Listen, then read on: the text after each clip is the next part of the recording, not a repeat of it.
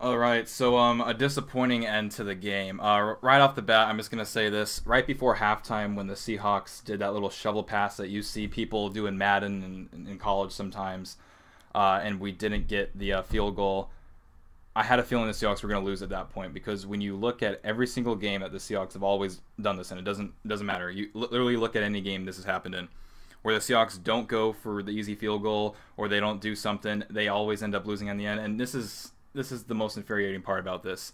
The game, especially with that 2 point conversion at the end, it could have been tied 34-34 because originally it would have been 31-26, and then when the Falcons kicked the field goal to go ahead to 34 points, Seahawks only would have been down 8 but instead of that, the score was 34-23, and the Seahawks scored a 2 point conversion, but they were still down by 3. And at the end there, and Blair Walsh, I don't blame him. I mean, listen, the kick was accurate, it just didn't have the distance on it, and even the 10-yard penalty on that last punt could have. I mean, the Seahawks had to go an extra 10 yards because of that. Their ball was originally going to be at the 35, but instead the Seahawks had to start at the 25-yard line. So, it's and then Russell Wilson fumbling the ball and it getting ended up getting scooped up in for a touchdown. So I mean, with the 34 points that the Falcons scored, only 27 of them were really on the defense. Because like I said, that one touchdown that Russell Wilson fumbled, that was on the offense right there. It was on Russell Wilson, and Russell Wilson also threw that one bad interception. Just it's just infuriating because just like the Redskins game, it's just like I feel like Seattle, like they had it and it's just missed opportunities again. Not as many missed opportunities as there was in Washington, because obviously in Washington it was all Blair Walsh, but in this game it's just I don't know why Pete Carroll or the special teams coordinator and stuff, when they chalk this stuff up, why they don't just take the points. Like, I know that nothing is guaranteed, and I know the Seattle Seahawks still had a timeout left, so if they scored the first down there and gained an extra 2 or 3 yards on that shovel pass that they did, they would have been able to call a timeout and still do another field goal. But like, were they expecting that shovel pass to go for a touchdown? Like, I don't understand the play call. Uh, it's just, I don't know, it's infuriating. But other than Russ Wilson's fumble and interception, he had over 300 yards total in the game. He had 258 passing yards with 2 touchdowns and an interception, and he had 86 rushing yards as well as a rushing touchdown. Uh, the big thing is, I mean, injuries continue to hurt the Seahawks. Shaquille Griffin went out in the first quarter. Mike Davis, who was doing really well, I mean, catching the ball and running the ball, he got injured. I don't know what exactly injured, but he went out of the game. Eddie Lacy's still not able to pick up very many yards. J.D. McKissick, he did actually really well whenever we handed the ball off to him, and he did very well receiving the ball out of the backfield as well, catching the ball out of the backfield. Jimmy Graham, 7 catches, 58 yards, and a touchdown, also that catch for the 2 point conversion. And Doug Baldwin, I don't know if Doug Baldwin was injured part of the game, but Doug Baldwin was just like not on the field there for a while. It was like Paul Richardson, Tyler Lockett, and like Darbo was out there for a while, but Paul Richardson towards those middle quarter, not Paul Richardson, Doug Baldwin towards those middle quarters was just not out there. I don't know if he was injured or what was going on there, but and then speaking of Doug Baldwin, the third down pass, Russell Wilson, it was like 3rd and 3, and it was when there was still like 8 minutes. Oh, whoops! It's still when there was like 8 minutes or 7 minutes left in the fourth quarter, and Russell Wilson hits Doug Baldwin right in the hands, and Doug Baldwin drops it. And that was the other stupid thing, is you could see Pete Carroll looking at the screen, and I think he was motivated by the fans and Doug Baldwin to throw the challenge flag, which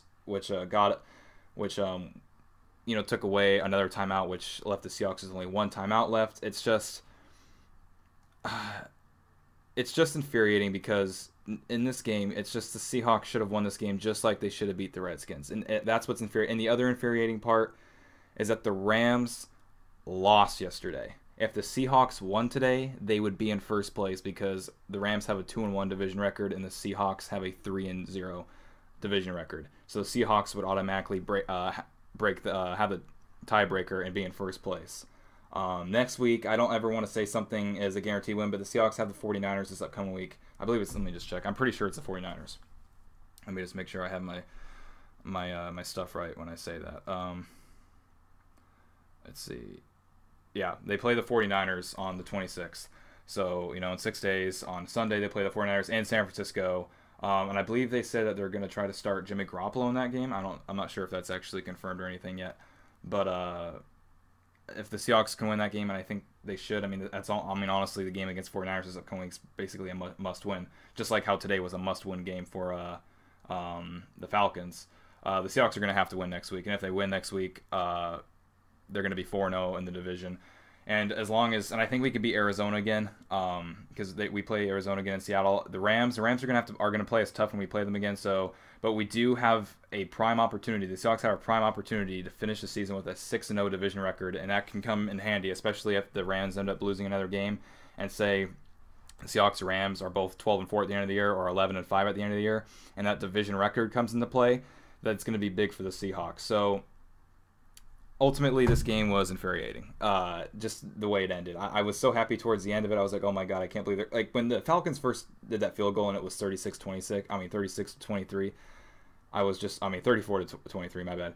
34-23, I was just like, oh my God.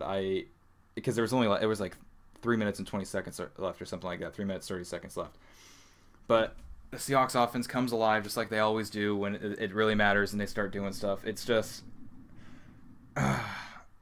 these last two games the Seahawks have lost are just really infuriating. I just should have beat the Redskins, and for all intents and purposes, they should have beaten the Falcons in this game.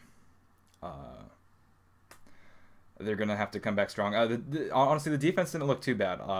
With Julio Jones and have as monstrous as a game, especially when Shaquille Griffin going out, like, you would have thought they really would have targeted him. I mean, he had some great catches, don't get me wrong, and he had some good plays, but he didn't have the game that I honestly was expecting him to have. I thought Julio Jones was about to go just off. I thought this was going to be just like Matt Ryan, Julio Jones just hooking up like almost every play. So here's the thing. Let me just look at the Seahawks rest of the schedule real quick, just to see. So with the Seahawks at 6-4 now, I'm pretty sure they're going to win next week against the 49ers. I could be wrong. Anything can happen. The 49ers are the best 1-9 team I've ever seen. Really, they are. They even the games that they lose, they're keeping it close. So say they win next week, they're 7-4 with a 4-0 division record. The big game, December 3rd, it's a Sunday night game. That's against the Eagles. Now the good part is it is in Seattle, but the Eagles are flying high, and the Eagles are no joke. I mean, if you watched yesterday's game against the Cowboys, the Eagles are for real. They're 9-1, and I'm pretty sure they're probably going to get the number 1 seed in the NFC. The number 2 seed it still could be a toss-up right now, but the Saints are rolling. The Vikings are rolling. The Panthers are up there. I mean, the Falcons are now back in the hunt after beating us today. It's just the NFC is just absolutely loaded. It's nothing like the AFC where it's basically just like the Jaguars with a great defense and they're 7-3, and then you have the Steelers and the Patriots. I mean, even the AFC West and the AFC it's just like it's completely open now. The Chiefs started off so great, but now you look at that division, you can see the Chargers making a run for it now. It's absolutely insane how weak the AFC is compared to the NFC. After we play the Eagles, we have to go to Jacksonville to play the Jaguars. And at a game I think we all just had at the beginning of the season being like, oh, that's an automatic win. That's not an automatic win anymore. So there's some tough games here. The Seahawks still have to go to Dallas to play the Cowboys on Christmas Eve. And Ezekiel Elliott will be back on that game. That's the game that Ezekiel Elliott comes back on, is when we play the Cowboys on Christmas Eve in Dallas. And then we end the season the Cardinals. But we also, like I said, on December 17th, we also play the Rams. So we still have 3 divisional games left, with one next week, and then one against the Rams on December 17th, and then the last game of the season on December 31st. Both the Rams and the Cardinals are in Seattle. Only the 49ers game next week is in San Francisco. So the Seahawks still have 1, 2, 3 home games left, and 3 away games left. So with 6 games left in the season, and they're 6-4, I'm hoping they can pull off what they did in 2014 and finish and win out the next 6 games. If not the next 6, at least win 5 out of the 6. The Seahawks are gonna have to win 11 games here. But like I said, this game, it was infuriating. I have the TV on mute right now. It's showing the plays, and you know that one play when Russell Wilson was jumping out and he threw it to Jimmy Graham, and it's like it went right through Jimmy's hands. You could see at first when I saw it live, I was like, oh, he overshot him, but on the replay, you see it come right through his hands, and just like it's like, oh, if he could have just caught that. I mean, I don't blame Jimmy Graham. It's a hard catch. I'm not saying he should have caught that, but it's one of those things where it's just like, what if? Dwayne Brown looked good today, though. He had one holding call. The offensive line did look better today, and stuff, but it's just, the Seahawks, Let me know what you guys think. Honestly, I like to make these videos because it's always like almost like me venting in a way, and I always like when you guys comment because it's like we're venting to each other. Anyway, let me know what you guys think about the game in the comment section down below. And let me know what you guys think is going to happen with the next 6 games of the season. Like I said, I think it's possible that they can win out. Yes, but it's going to be very difficult. It's because the Rams, the Rams are going to come out the Seahawks hard. The Jaguars that's not going to be a walk in the park, and the Eagles game is not going to be a walk in the park either. I mean, I say the Seahawks definitely were probably going to win against the 49ers, and I say will probably win against the Cardinals at the last game of the season. But it's just we'll have to see what happens. I'm hoping the Seahawks can get it back together. These last 2 losses are just really infuriating. Honestly, the Seahawks could easily be 8-2 right now, and it just kind of sucks to see that they're 6-4 instead. Anyway, I'd like to thank you all for watching the video, and go Hawks.